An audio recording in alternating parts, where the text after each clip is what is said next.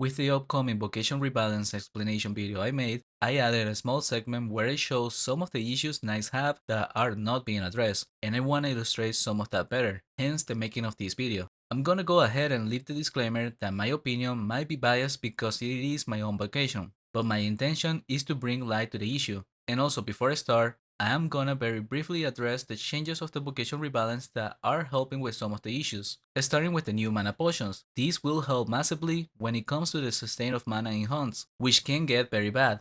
However, the issue of being the vocation that uses the most amount of potions will likely persist, simply the ratio will be different. The change of Utilio and Utamo being instances helps a lot with the main topic of this video, which is the support spells cooldowns, including those two and the two Exeta Res spells, constantly having to pick one of four in high level play, and the healing spells cooldown going to 2 seconds will greatly reduce the amount of spam knights need to do, while also potentially improving the sustain by a lot. I think this indirectly will affect the solo hunt experience lower level CKs can do, because a better sustain of not dying constantly should help with hunting harder spawns earlier.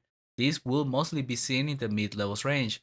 Like with this level 600 for example, I can see myself doing a lot better with better sustain in spawns where I struggle a lot to hunt, but on my main EK, I don't think that's going to make much difference, since at higher levels my main issue is the damage I do and the limit of only hitting 8 creatures, and that is not being addressed, and I understand their goal is to make knights a better tank. However, with that said, I think Simsov is missing the most important aspect of being a good knight slash blocker slash tank, which is being the target of the creatures you're hunting. You could be impossibly hard to kill by creatures, and it wouldn't matter if they simply can ignore you and go for the easier target. So most games will give you a way to address this by having a sort of challenging spell, where the enemy is forced to go on you. Tibia has this not only in how creatures interact with their aggro, but also with the two spells EKs have to force that interaction. And unfortunately, that is also the problem. There is a big flaw on how the spells work, and there is also way too many different interactions creatures have. In case you're not familiar, let me break it down. Traditionally, creatures will prioritize the first player they see. Eventually, this started introducing the retargeting patterns, where the creatures could go for somebody else, sometimes sticking to that target completely until forced to go on someone else, for example with the interaction of build bombs. Creatures will continue to go on a player in a bomb even if there is room to go for someone else outside of it. Then came another one, which is proximity. Whoever is the closest has the highest chance of being targeted, and sometimes the opposite. You will think that will help with the knights getting the aggro, but for example, then the paladin comes in, or now the monk, gets close to the box and results in resetting the aggro of the creature. Then came another, which is the current HP. Creatures will prioritize going for the lowest HP player. This will end up making the creature retarget many times in one single pull. Then that wasn't clear enough, and then came priority targeting on druids, because after all, they are the main element of a team hunt, and on the latest introductions came penalties of taints, to be fair, self-inflicted by players, to increase XP or loot in some spawns, but effectively what this does is creatures teleport into players and also swap position with players. Keep in mind, I'm probably missing more interactions creatures can have. All of this to say, the game has changed a lot and continues to evolve. However, the ways to deal with it haven't kept up with the needs of the game. The main spell, Challenge, aka Exeta Res, has only received two changes, one back in 2009, which changed from the attack group CD to support, effectively making it possible to use attacks while also casting Exeta Res, and then on 2017, where it made creatures stay on the EK for at least 6 seconds. And also, in the case they were creatures that run away in low HP, they will stay on the EK instead. However, it's worth pointing out that 6 seconds focus on the EK doesn't work as intended, and the creature can still retarget if the aggro of it changes somehow, for example, by standing next to it or simply passing by.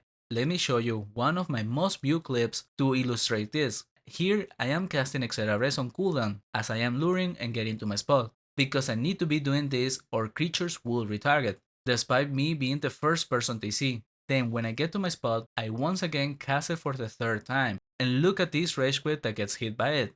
Druid passes by to get to the safest spot of this pool, he walks near the squid for a fraction of a second. Now notice this second squid, which was going for me originally, but now that it detects the sorcerer coming from the south, decides to retarget. And look at who decides to join in the action. the squid that was hit by Exeta Res not less than 1 second ago, and this happens.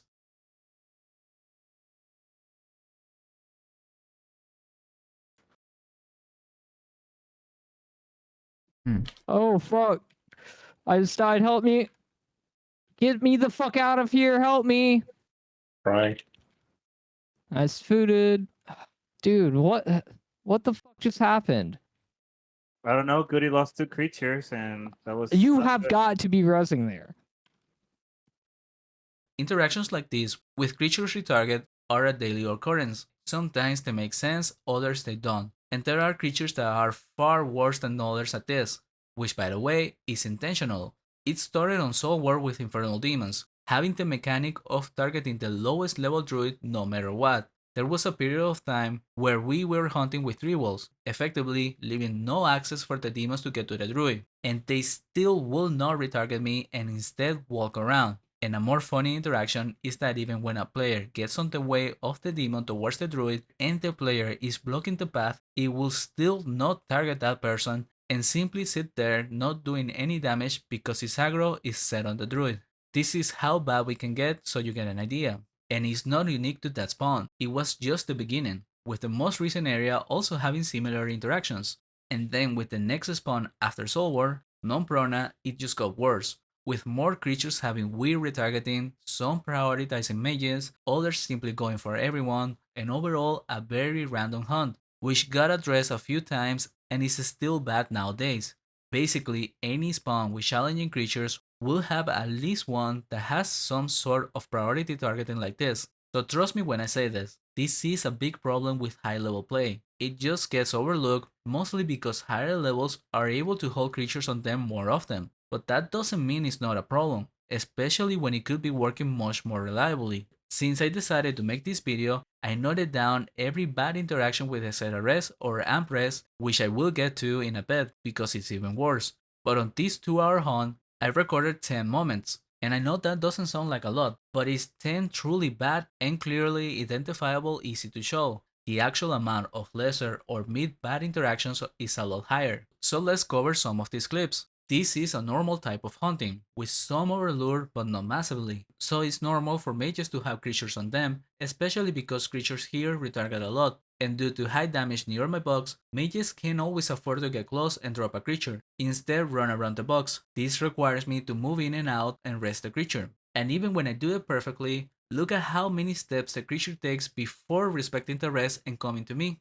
This results in mages often not knowing if the creature got rest, then they go back, and by doing that, it only ends up in them resetting the aggro, because even though it's rest and it will come to me, they don't know that and often get on their way. Unfortunately, this is very common, and just so you know, most knights can't or won't do this movement for resting a creature passing by. This is by no means the common thing to do. Additionally, when hunting with overlures, when the 8 creatures on me die, I'm often left in a position where I can't get the rest of the creatures, since mages are forced to run around and I need to wait for them to come close or go out myself and chase them around, like I'm doing on this pool, where to start off with the most amount of creatures on me, I had to go chase the druid and the sorcerer separately, and most of the times, if I'm lucky, I get 2 creatures, more often than not is 1 or miss.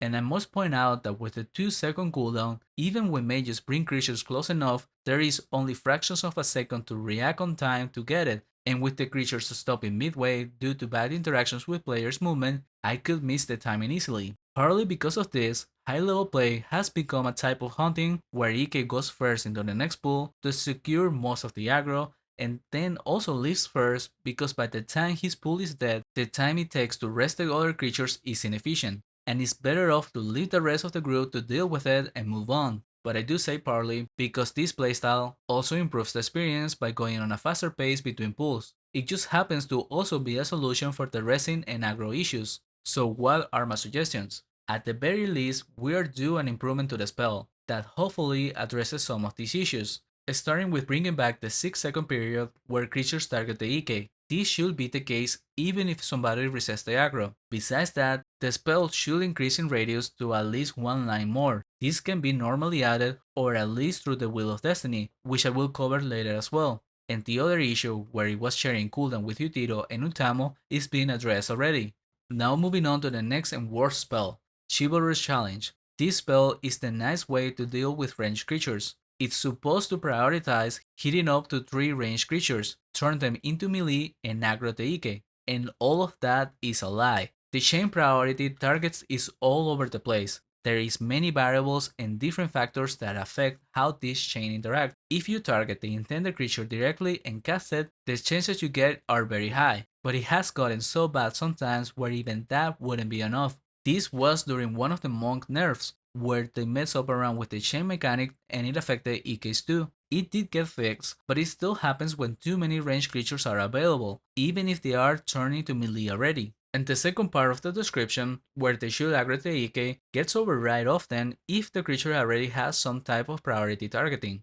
So the most convenient way to Amp Res a creature is to target one in your box in the direction of the desired creature and then make the chains bounce off towards it. This is somewhat reliable, but even this can fail. Look at how this chain goes, having 2 ranged creatures in front of the creature targeted. It instead decides to go for the one in the back, so even that has its flaws, but at least you're still hitting a creature. However, the preferred way to go will be to target the creature directly, especially when he's hitting a mage and I want to take it off of him and bring it to me.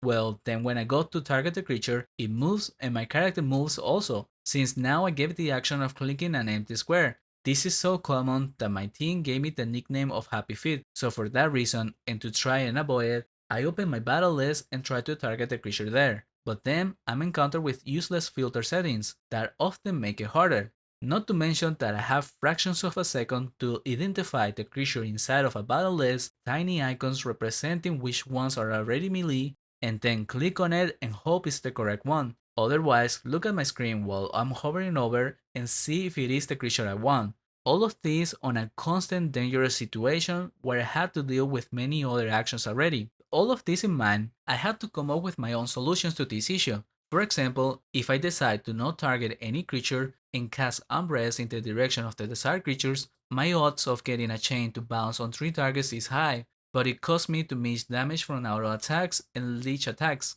If I target the creature directly by going very slowly and making sure to hit the creature after it moves, I am more likely to get it to bounce to another. But if I do it with the method of making it bounce from my box into a ranged creature, it only takes 1. Which I had to do because it's easier to do. Then I end up in situations like this where there is 4 ranged creatures and the priority target that is supposed to go for ranged creatures is only hitting 1 at a time. So I had to cast the spell 4 times, which in turn makes me miss Exeta Res, and the melee creatures on me can decide to aggro someone else. The interactions of Amp Res are by far the most frustrating thing as an Ike of this level, while also being forced upon everything nowadays. Almost every spawn has ranged creatures on it, especially high level areas, and yet it doesn't work and it only makes the hunt less enjoyable. And the worst part of it, the fix to it is quite easy, to add one more additional jump target. I know this because on spawns like the Asylum Catacombs and the Forgotten Crypt, I use a different wheel preset which improves the Amp Res, which I need for Asylum due to the vast amount of ranged creatures on it, and onto Crypt because the placement of the ranged creatures puts them in opposite corners of each other when I am in my spot, and this single extra jump makes it possible to start the chain from my box, and still get 2 bounces outside quite reliably. And it's such a shame that this is locked behind a stage 2 in the wheel. This perk should be reworked, starting with the stage 1, which sits at consuming less mana, together with Exorgram perk also taking less mana in stage 1. Both of these will be far less impactful with the introduction of new potions, so it would be the best moment to change them. In a way, Exorgram gets a considerable buff, so we receive some sort of damage improvement, and with the Amp Res perk, there is very options. Stage 1 should improve the regular Exeta Res somehow if it is not addressed directly, and at least should receive the radius upgrade from the wheel, and then Amp Res base spell should receive the additional jump, and stage 2 of the wheel could further improve it by making the spell hit the Ike's adjacent creatures, refreshing the aggro and melee swap of the creatures within, and then bounce off outwards to turn the creatures outside melee. Another quality of life for every vocation will be to include a way to filter creatures from the battle list. That way, I could only have the ranged creatures if I wanted to. Keep in mind we still have 2 really bad perks in the wheel, Intense Wound Cleansing, which is a terrible spell, and only becomes usable if unlocking boss stage on the wheel, which even then is not worth having over better options.